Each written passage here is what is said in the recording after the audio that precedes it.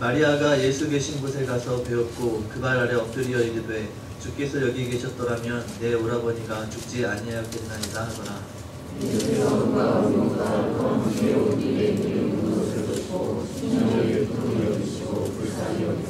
이르시되 그를 어디 두었느냐 이르되 주여 와서 보옵소서 하니 예수께서 눈물을 흘리시더라. 아멘. 여객선이 바다에 침몰한 지 열흘이 넘었습니다. 그 사고가 일어난 후로부터 슬프기도 하고 또 그게 수습되는 과정들을 보니 자책감도 느끼게 되고 자괴감 그리고 분노 이런 것들이 복합적으로 괴롭혀서 저만 그런 게 아니라 이제 여러분들도 밤잠을 못 이루면서 시간을 이렇게 보내셨을 줄로 압니다.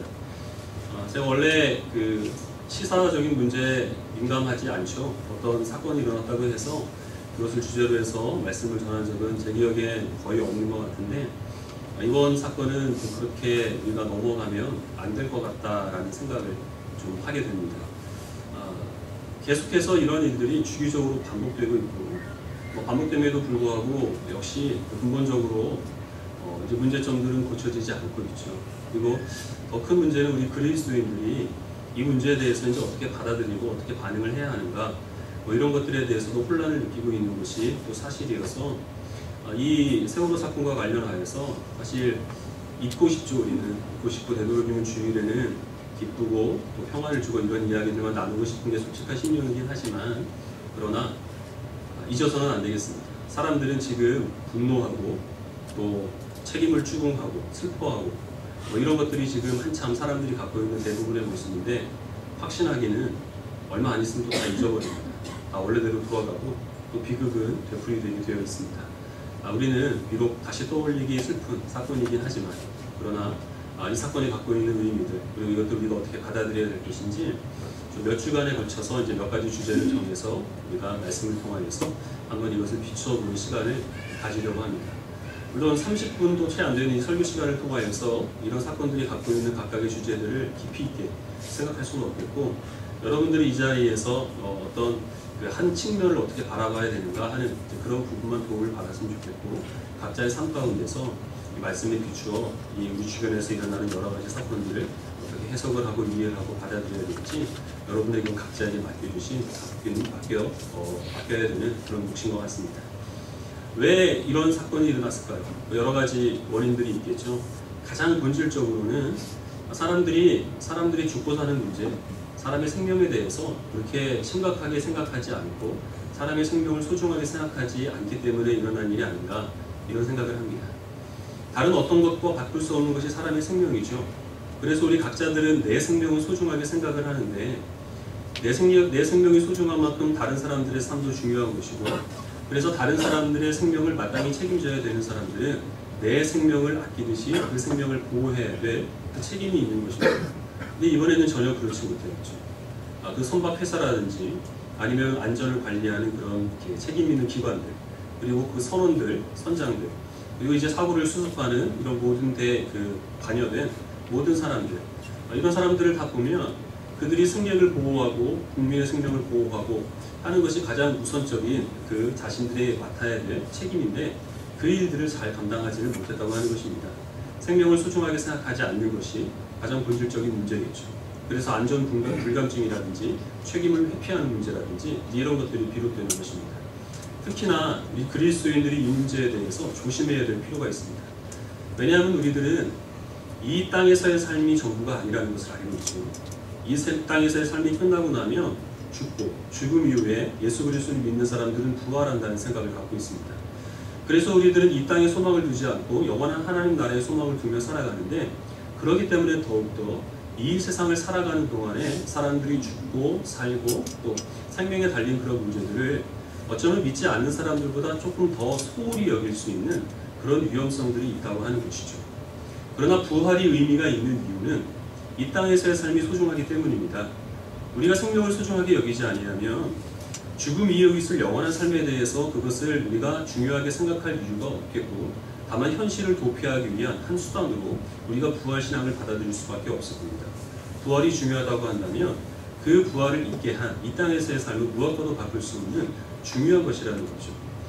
하나님께서 사람들이 죽고 사는 그 문제에 대해서 어떻게 바라보고 계시는지 오늘 우리가 읽은 이 본문 말씀을 통하여서 하나님의 마음을 우리가 조금 배우게 되기를 원합니다. 어떤 사람들이 예수님께 찾아오는데 이 사람들은 베다니에 있는 나사로라는 사람의 지인입니다. 나사로는 그 누이들이 있습니다. 마리아 그리고 마르다 그리고 나사로 이 세 명은 예수님과 친밀한 교제를 나누는 사람들이었습니다. 그런데 베다니에 살고 있는 이 나사로가 죽을 병에 걸리게 된 것이죠. 그래서 이 나사로와 그리고 예수님을 알고 있는 사람들은 예수님께서 죽을 병도 고칠 수 있다는 능력을 갖고 있다는 사실을 잘 알고 있어서 예수님께 도움을 청하러 옵니다. 그런데 예수님께서는 자신이 사랑하시는 그 나사로가 병들어 있다는 사실을 알고도 바로 출발하지 않으십니다. 이틀을 더 머무르십니다. 그리고 이틀이 지난 후에 그 나사로가 병들어 있는 그 베다니로 향하게 되시는데 예수님께서 베다니에 도착했을 때는 나사로가 이미 죽은 지 나흘이 지난 때였습니다. 무덤에 완전히 장사가 된 것이죠. 그리고 예수님은 그 오누이들이 그 동생들이 마리아와 그리고 마리아 만나게 됩니다. 물론 이 마리아와 마르다가 갖고 있는 생각은 예수님께서 조금 더 일찍 오셨으면 나사로가 죽지 않았을 것이라는 그런 생각을 가지고 있었고 그 마음에 대한 그것에 대한 마음을 예수님께 표현하시죠. 예수님께서는 내가 생명이다. 나를 믿는 자는 죽지 않는다. 죽어도 다시 살아난다. 이것을 말씀을 하시고 나사로가 잠들어 있는 그 무덤으로 가십니다. 그때 이 예수님을 따라온 많은 사람들이 있었습니다. 마리아와 마르다 그리고 또 그 지인들이 있었습니다. 근데 예수님께서 나사로가 잠들어 있는 그 무덤으로 가시기 전에 이 사람들이 죽은 나사로에 대해서 슬퍼하고 그의 죽음을 애통하고 그래서 눈물을 흘리시는 모습을 보시게 된 거죠. 만약에 여러분들이 예수님이시라면 그 사람들에게 무엇이라고 얘기할 수 있을까요? 예수님께서 바로 출발하지 않으시고 이틀을 더 유한 다음에 출발하신 이유는 어차피 그때 예수님께서 출발을 하셨어도 이미 오고 가는 거리가 있기 때문에 나사로는 이미 이제 죽어 있는 후였습니다.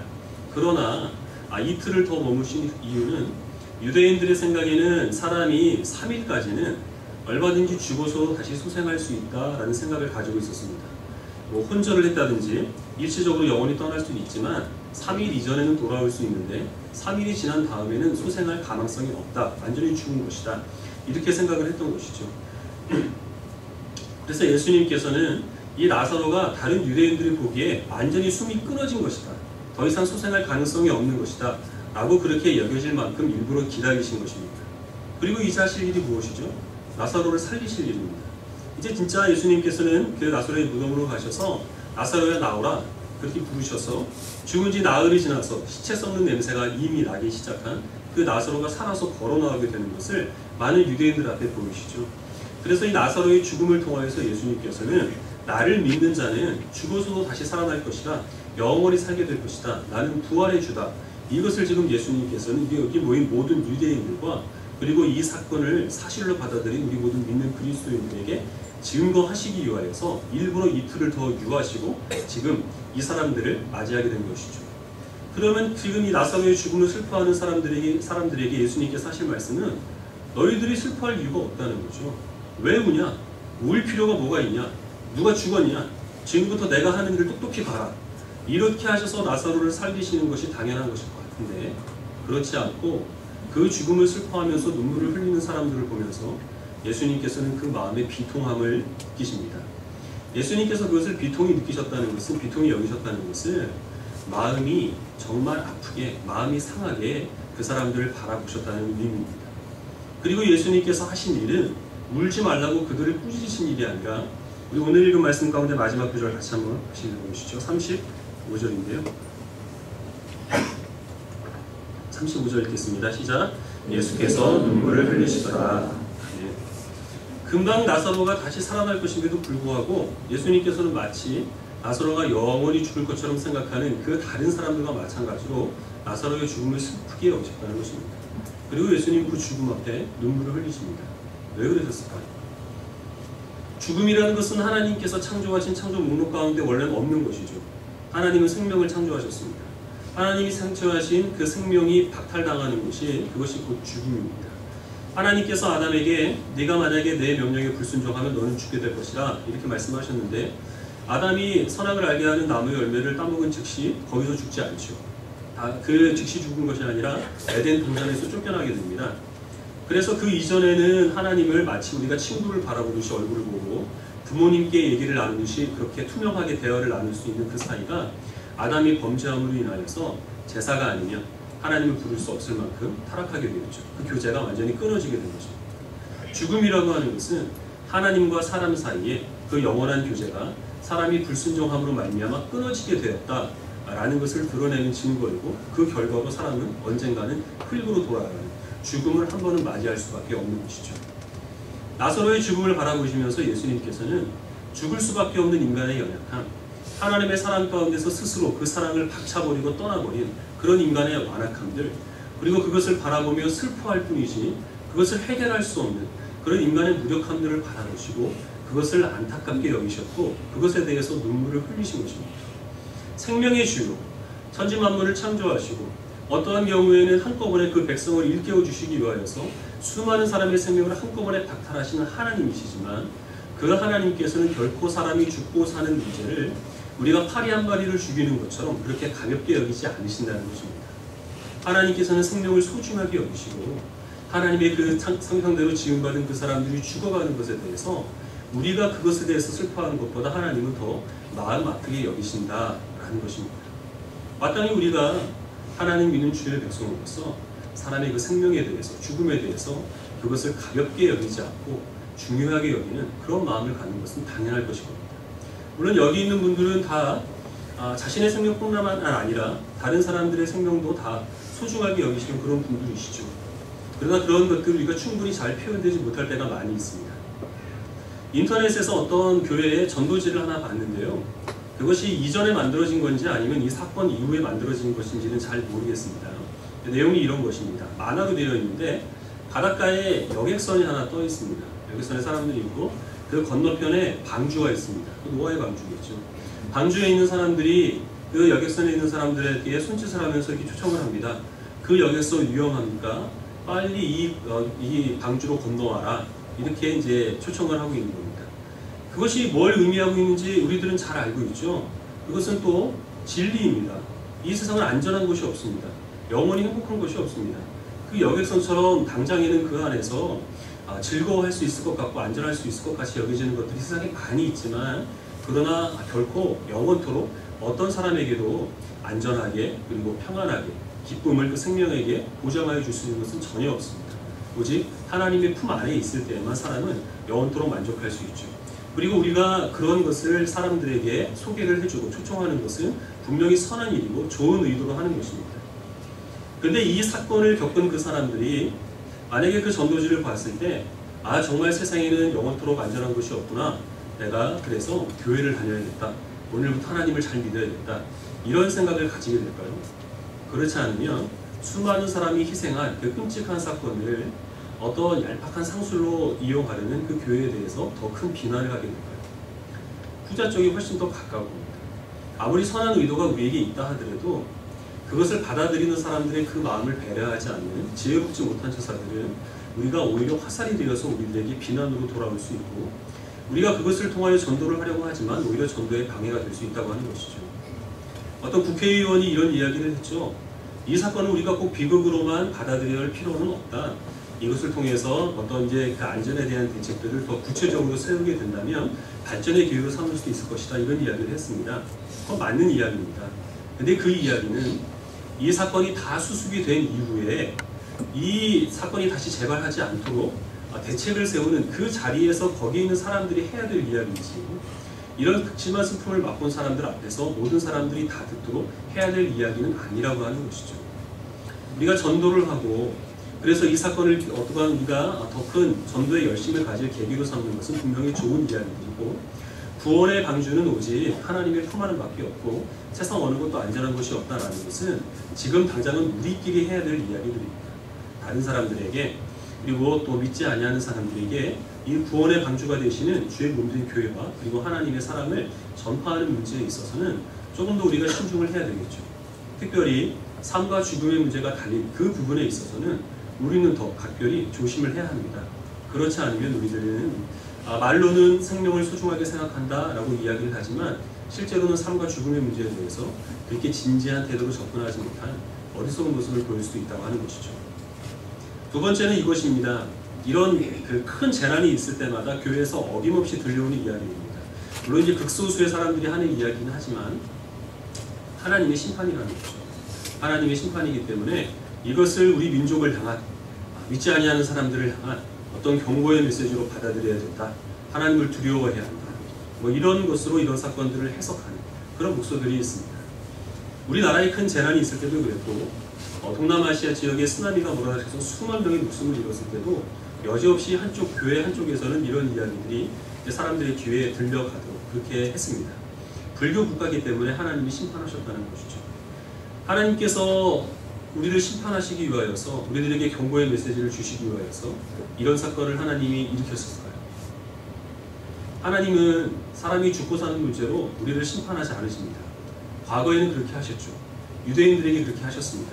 왜냐하면 그렇게 해서라도 더 큰 어떤 죄악과 그리고 더 큰 희생을 미연에 방지하시기 위하여서 아주 그 극히 제한된 경우에 하나님께서는 그렇게 역사하셨습니다. 그러나 구약이 증거하는 바는 그런 식으로 하나님께서 심판하신다 하더라도 사람은 결코 변하지 않더라라는 것입니다. 이제는 하나님께서 심판하시는 방법이 바뀌셨습니다. 어떻게 바뀌셨냐면 우리 각자를 하나님께서 각자의 삶 가운데 구체적인 재앙으로 심판하시지 않고 우리가 받아야 할 그 심판을 예수님께서 십자가에 대신 지심으로 그렇게 하나님께서 세상을 심판하십니다. 믿는 사람들은 이제는 그 심판이 나를 향한 심판이라는 사실을 알아서 회개할 것이고, 그렇지 않은 사람들은 예수님께서 당하신 그 재난을 그들이 이제는 그들의 삶 가운데 그들의 생명에 박탈당하는 것으로 그렇게 받게 될 겁니다. 그러나 우리가 살아있는 동안에 어떤 사건을 통하여서, 사고를 통하여서, 불행한 일을 통하여서 하나님께서는 우리들을 심판하지 않으십니다. 이것을 우리가 경각심을 가질 계기로 삼는 것은 긍정적인 일입니다. 이런 사건들을 통하여서 내가 정말 하나님의 은혜 가운데 바로 서 있는지, 내가 정말 지금 죽어도 천국에 갈 수 있을 만한 그런 분명한 확신을 가지고 살아있는지, 그런 것에 대해서 우리 자신을 돌아볼 계기로 삼는 것은 확실하지만, 이것을 가지고 하나님께서 다른 사람들을 심판하셔서 다른 사람들의 경각심을, 또 어떤 경고의 메시지를 하나님이 허락하신다, 이렇게 얘기를 하게 된다면 이 일로 피해를 입은 그 유가족들에게 이것은 예의가 아닐 뿐만 아니라 잔인한 이야기입니다. 살아있는 사람들을 경고하시기 위하여서 왜 내 가족을 죽였느냐 하는 것이죠. 그것은 설명할 수도 없고, 그리고 성경에서 그것을 또 뒷받침하지도 않는 그런 생각들입니다. 우리가 잘 아는 사건이 하나 있죠. 요한복음 9장에서 날 때부터 맹인이 된 사람, 제자들은 그 사람들을 보면서 예수님께 묻습니다. 저 사람은 날 때부터 맹인이 됐는데 그러면 자기 잘못 때문입니까? 아니면 그 부모의 잘못 때문입니까? 그것은 이 제자들뿐만 아니라 세상을 살아가는 모든 사람들, 종교가 있건 없건 다 갖고 있는 생각입니다. 어떤 불행한 일을 당하게 되면 저 사람은 천벌을 당한 것이 아닌가? 우리 삶에 어떤 일이 일어나게 되면 내가 하나님께 뭘 잘못해서 하나님이 나한테 왜 이러시나? 이런 생각 갖는 것은 당연한 생각이죠. 그러나 예수님께서 하신 말씀은 저 사람이 날 때부터 맹인이 된 건 그 사람의 잘못도 아니고 부모의 잘못도 아니다. 오히려 저 사람을 통하여서 하나님께서 하시는 일을 드러내시기 위하여서 하나님께서 그를 날 때부터 맹인이 되게 하셨다라고 말씀하십니다. 그리고 그의 눈을 보셔주시고 나는 곧 세상의 빛이라 하는 그 증거로 삼으십니다. 욥의 경우를 우리가 또 잘 알고 있습니다. 욥이 하루아침에 큰 불행을 당하죠. 모든 재산을 다 잃고 모든 자녀들이 하루아침에 다 죽게 됩니다. 그 소식을 듣고 친구들이 와서 욥을 위로를 합니다. 같이 울어주죠. 시간이 지난 후에 욥이 하나님께 묻습니다. 하나님, 내가 뭘 잘못했길래 나한테 이런 끔찍한 형벌을 허락하십니까? 나는 하나님께 아무리 생각해도 잘못한 것이 없는 것 같습니다. 그 이야기를 들은 친구들이 욥을 나무랍니다. 네가 어찌하여 교만하게 하나님께 네가 그 고난당하는 이유를 묻느냐? 네가 잘못한 것이 있으니까 하나님께서 너를 벌하시는 것이지. 너는 당장 회개해라. 회개하고 네 마음을 고쳐먹어라. 그래야만 네 시작은 미약하나 네 나중은 창대하게 될 것이라. 이런 이야기들을 들려주죠. 그러나 그 시간이 길어질수록 욥은 더 큰 마음의 상처를 얻고 하나님께 더 간절히 내가 이 고난당하는 이유가 무엇인지를 계속해서 묻게 됩니다. 욥기 마지막 부분에 가면 하나님께서 욥과 그 친구들 앞에 나타나십니다. 그리고 욥이 왜 고난을 당했는지, 그것이 사단의 시험이었다는 사실, 그것을 하나님께서 말씀하지 아니하시고 내가 하는 일을 네가 어찌다 이해할 수 있느냐, 이것에 대해서 욥을 꾸짖죠. 그리고 그 친구들을 더 크게 꾸짖으십니다. 너희들이 한 그 모든 말들, 욥이 한 말에 비교해보면 하루도 옳은 것이 없다. 너희들이 욥보다 옳지 못하다. 그렇게 이야기를 하시고 욥에게 용서를 구하게 하십니다. 너희 친구들을 위하여서, 그 친구들의 죄를 위하여서 네가 나에게 제사를 그렇게 지내라. 그래서 욥을 그 친구들의 중보자로 삼으시죠. 어떤 끔찍한 사건이 있어 우리가 그것을 나를 돌아볼 수 있는 거울로 삼는 것들, 그것은 꼭 필요한 일이지만 나 자신에게 적용을 해야 될 일이라고 하는 것이죠. 다른 사람들을 보면서 네가 이 일 당했으니까 하나님이 널 심판하시는 거, 하나님이 너를 벌 주시는 거야, 정신 차려야 돼, 이렇게 이야기를 하는 것은 그것은 또 더군다나 만약에 거기에 사람이 죽고 사는 문제가 달려있다고 한다면 그것은 하나님 앞에서 옳지 못한 그런 교만한 마음이라고 하는 것, 우리들은 또 기억을 해야 되겠습니다. 좋은 의도가 있다 하더라도 사람의 마음을 배려하지 않는 것, 특별히 생명에 달린 문제라고 하는 것인 생명의 문제가 달려있는 그런 문제에 있어서는 우리가 좀 더 신중하고 지혜로워야 될 것, 그리고 세상에서 일어나는 모든 불행한 일들을 하나님의 그 심판과 그리고 경고의 메시지로 받아서는 안 된다 하는 그것에 대해서 말씀을 드렸죠. 세 번째는 무엇이냐 하면 이 세상에 어떤 악한 사람이 있다 하더라도 그 사람에 대해서 감정적으로 과도한 비난은 삼가해야 된다는 것입니다. 혹시 여러분 안산에 있는 분향소에 다녀오신 분이 계실지 모르겠습니다.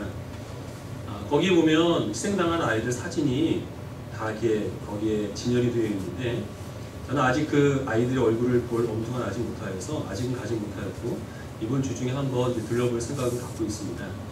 사진이나 아니면 이제 방송에서 그 아이들 얼굴을 보여주죠. 어떤 생각을 가지십니까? 다 천사 같죠. 바다에서 왜 그 아이들이 죽어야 될지 참 이유를 알지 못할 만큼 그 얼굴을 볼 때마다 너무 슬퍼집니다.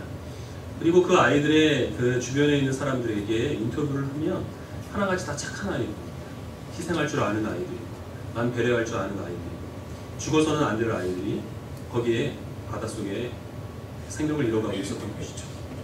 근데 현실적으로 거기에 있는 모든 아이들이 다 모범생이거나 우등생이거나 정말 착하기만 한 아이들일까요? 아마 그 안에는 1등부터 꼴등까지 다 있었을 겁니다. 술, 담배에 찌들어 있는 어떤 이제 문제를 갖고 있는 그런 불량 학생들도 거기 있을 수도 있고, 학교폭력의 가해자에 해당하는 아이들도 아마 그 중에 있을 수도 있을 거예요. 근데 만약에 그것을 알고 있는 어떤 사람이 저 아이는 그런 문제가 있으니까, 반에서 꼴등하니까, 불초니까, 다른 아이들 괴롭히니까 죽어도 마땅하다, 만약에 이런 생각을 가진다면 그건 굉장히 악한 마음이겠죠. 이 세상을 이 사건과 연관을 해서 직접적으로 관련된 많은 사람들이 있습니다. 선장이 있고 선주가 있고, 그리고 또 이제 어떤 기업의 그 회사의 사장들이 있고, 적극적으로 대처하지 못한 그 행영들이 있죠. 그 사람들에 대해서는 책임을 잘 가려내서 거기에 대한 응당한 대가는 반드시 치러야 됩니다. 근데 오고 가는 이야기들을 이제 유심히 보면 너무 과도한 비난이 많이 있다고 하는 것이죠. 그런 부분에 대해서는 우리들은 특별히 그러지 않아야 될 것은, 아무리 악한 일을 범한 사람이라 하더라도 죽어 마땅한 사람은 세상에 없다고 하는 것이죠. 좀 더 정확하게 말씀을 드리면, 저와 여러분 같이 직접적으로 다른 사람의 생명에 해가 되지 않는 일을 한 사람이라 하더라도 죽음을 피할 만한 죄는 없다는 것입니다. 그럼에도 불구하고 우리가 호흡하며 살아가고 있는 것은 하나님께서 우리를 사랑하시고 하나님께서 우리를 용서하시고 우리에 대해서 인내하셨기 때문에, 그래서 우리가 살아가고 있는 것이죠. 그리고 이 삶에 대한 혜택은 세상을 살아가는 모든 사람들이 다 누릴 자격이 있다고 하는 것입니다. 우리 에스겔 말씀 같이 한번 보실까요? 구약성경 1176페이지입니다. 에스겔 18장 23절 한 절 말씀 같이 읽겠습니다.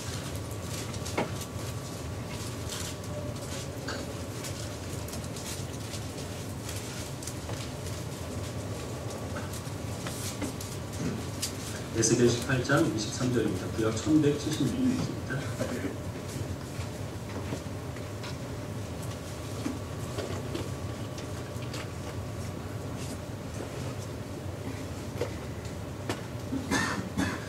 (8장 23절) 같이 읽겠습니다. 시작.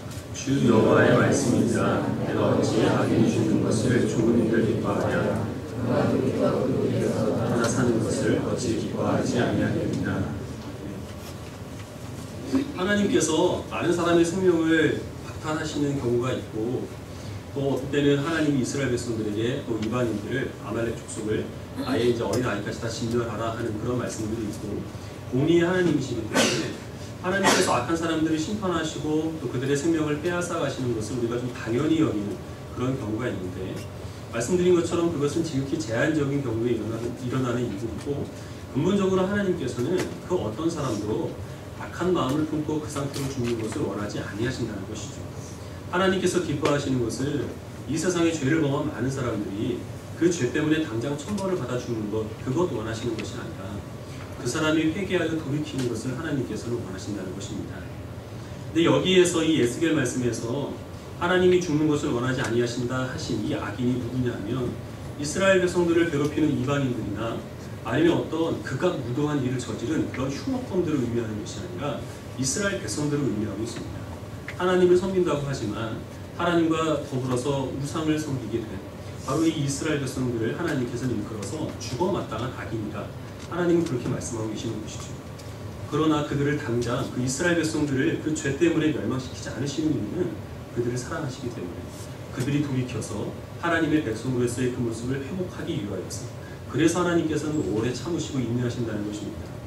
이 인내하심이 저와 여러분들에게도 여전히 그 효력을 발휘하고 있습니다. 우리 그리스도인들이 십자가를 바라보면서 깨닫게 되는 것이 무엇이죠? 십자가에서 예수님이 죽으셨죠. 그 죽으심은 사람의 죄 때문인데, 그것은 내가 생각하기에 죽어 마땅한 사람들, 내가 생각하기에 나에게 피해를 주는 사람들, 그런 사람들의 죄를 지시고 예수님께서 죽으신 것이 아니라 내 죄를 지시고 예수님께서 죽으셨다는 것입니다. 그래서 사람들을 향한 비난을 우리들은 십자가를 바라보면서 그것이 곧 나를 향한 비난이 되어야 한다는 것을 깨닫습니다. 죽어야 될 사람은 나지만, 그러나 하나님께서 나에 대해서 영원 무궁한 그 은혜를 베풀어 주셨고, 마찬가지로 하나님께서는 우리들에게 세상에서 악한 일을 행하는 모든 사람들에 대해서도 역시 마찬가지로 그들에 대해서 하나님께서 천벌을 내리셔서 당장 죽이실 것을 구하기에 앞서 그들이 돌이켜 회개하게 되는 것을, 그것을 위해 기도하는 것을 하나님께서는 원하신다는 것이죠. 세월호 사건과 관련하여서 직접적으로 연관된 사람들 뿐만 아니라 세상에서 일어나는 모든 악한 사람들을 바라보시면서 여러분들은 하나님께서 저 사람들을 어떻게 처치하실까? 하나님이 저 사람들을 튀겨 죽이실까? 삶아 죽이실까? 이런 것 가지고 궁금해하지 마시고, 일단은 그들을 불쌍히 여기시고 그들을 위하여서 기도하시는 것, 그리고 하나님의 처분에 그들을 맡기시는 것이, 그것이 우리들의 모습일 겁니다. 기사들마다 달려있는 그 어떤 악한 댓글들이라고 하죠. 그것들 가운데 어떤 사람들은 제가 보기에 명백히 그리스도인 사람들이 있는데 너무 날선 비난을 퍼부는 사람들이 많이 있습니다. 합당하지 않은 일이라고 하는 것. 우리가 무의식적으로 내뱉는 말이라 하더라도 그 안에 생명이라든지 사람이 죽고 사는 문제라든지 그런 것이 혹시나 담겨있지 않은지 우리들은 그런 부분에 있어서 특별히 더욱더 조심해야 할 줄로 압니다. 마지막으로 한 가지만 더 말씀을 드리겠습니다. 여러분들 중에서 혹시 이번 사건과 관련을 해서 그 피해자나 아니면 희생자들을 조롱하는 그런 어떤 이제 이야기들을 인터넷상에 올리셨거나, 아니면은 좀 관심을 끌어보려고 거짓된 정보를 자꾸 흘리시거나 하시는 그런 분들은 없으시겠죠. 이것도 거짓으로 뭐 인터뷰를 해서 조금이라도 이제 자기 이름을 알리려 하거나 그런 의도를 가지신 분들은 아마 여기 계신 분들 중, 특히 우리 기성세대들은 그런 마음을 가진 분들은 없으실 겁니다. 이런 안타까운 사건들에 대해서 마음 아프게 여기는 것이 우리들의 마음이죠. 그런데 우리의 자녀들은 그렇지 않습니다. 우리 다음 세대들은 그렇지 않습니다. 우리보다 훨씬 더 이런 문제들에 대해서 굉장히 냉담합니다. 사람이 죽는 문제, 죽고 사는 문제, 생명, 이런 것들 그렇게 소중하게 여기지 않는 시대에 살아가고 있습니다. 왜 그럴까요? 폭력적인 게임? 아니면 영화? 뭐 이런 것 때문에 영향을 받아서 그럴까요? 그것도 분명히 영향이 있겠죠. 근데 근본적으로 뭐가 문제냐면 세상이 너무 경쟁적으로 돌아가고 있다는 하는 것이죠. 그리고 사람의 가치를 그 사람이 살아있다는 것, 그 사람이 호흡하는 생명체라는 것, 하나님의 형상으로 지어졌다 하는 그것으로 그 사람의 가치를 인정하지 않고 숫자로 환산할 수 있는 몇 가지 기준으로 사람의 가치를 그저 점수를 매겨버리는 것이 습관이 되어버렸다는 것입니다. 어떤 학생들이 가치 있는 학생입니까? 내신 등급이 높은 학생들입니까? 점수 잘 맞아오는 학생들입니까? 등급이 낮거나 아니면 학교에서 공부 못하는 학생들은 존중할 가치가 없는 학생들인가요? 우리가 자녀들의 어떤 모습을 보며 기뻐하시죠? 월급 많이 받는 직장에 들어가면 그것으로 기뻐하시나요? 아니면은 신체 사이즈가 다른 사람들이 보기에 참 아름답다고 여겨질 만한 그런 것으로 그렇게 평가받을 수 있으면 우리가 자녀에 대해서 자부심을 갖습니다.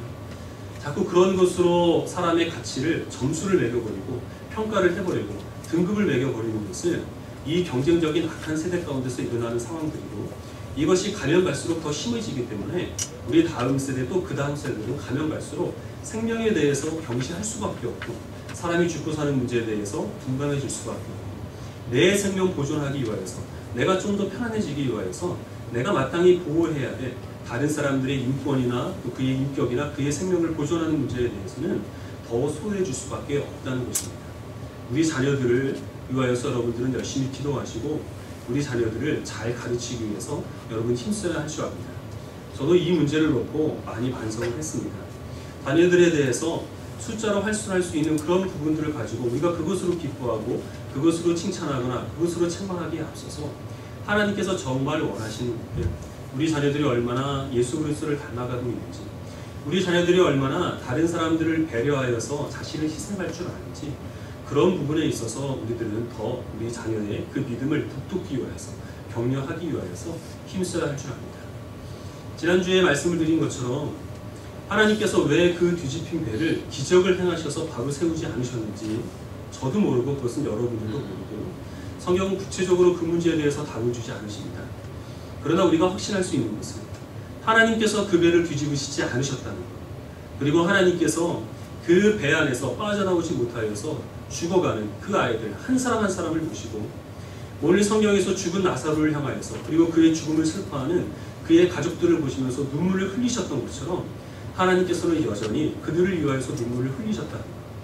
이 땅을 살아가는 많은 사람들이 한 사람 한 사람 죽어가는 그 모습을 하나님께서는 그저 아무렇지도 않은 듯 무덤덤하게 바라보지 아니하시고, 그 모든 생명이 태어났다가 그리고 이 땅을 살아가다가 그리고 죽어가는 모든 순간순간마다 하나님께서는 함께 하시고 간섭하시고 역사하신다는 것들, 우리는 그것만 알 수 있을 뿐입니다. 이 하나님의 마음을 우리가 배울 수 있었으면 좋겠습니다. 주변에 있는 사람들이 어떤 일을 행하여서 같이 있는 건 아니라 그가 호흡하며 살아가는 생명 있는 사람이기 때문에 소중히 여길 수 있는 허락해달라고 기도하시고, 우리가 하루하루를 살아가는 동안에 때로는 궁핍할 때 있고 때로는 고통스러울 때 있지만 그러나 살아있음에 감사할 수 있는 그런 마음 가졌으면 좋겠고, 이러한 일이 있을 때마다 우리가 세상을 향하여서 비난과 악의적인 어떤 날선 그런 어떤 그 악한 마음들을 표현하기에 앞서서 긍휼히 여기는 마음을 가지고 기도하는 하나님께서 기뻐하시는 주의 백성들이 되시기를 주님의 이름으로 축원합니다.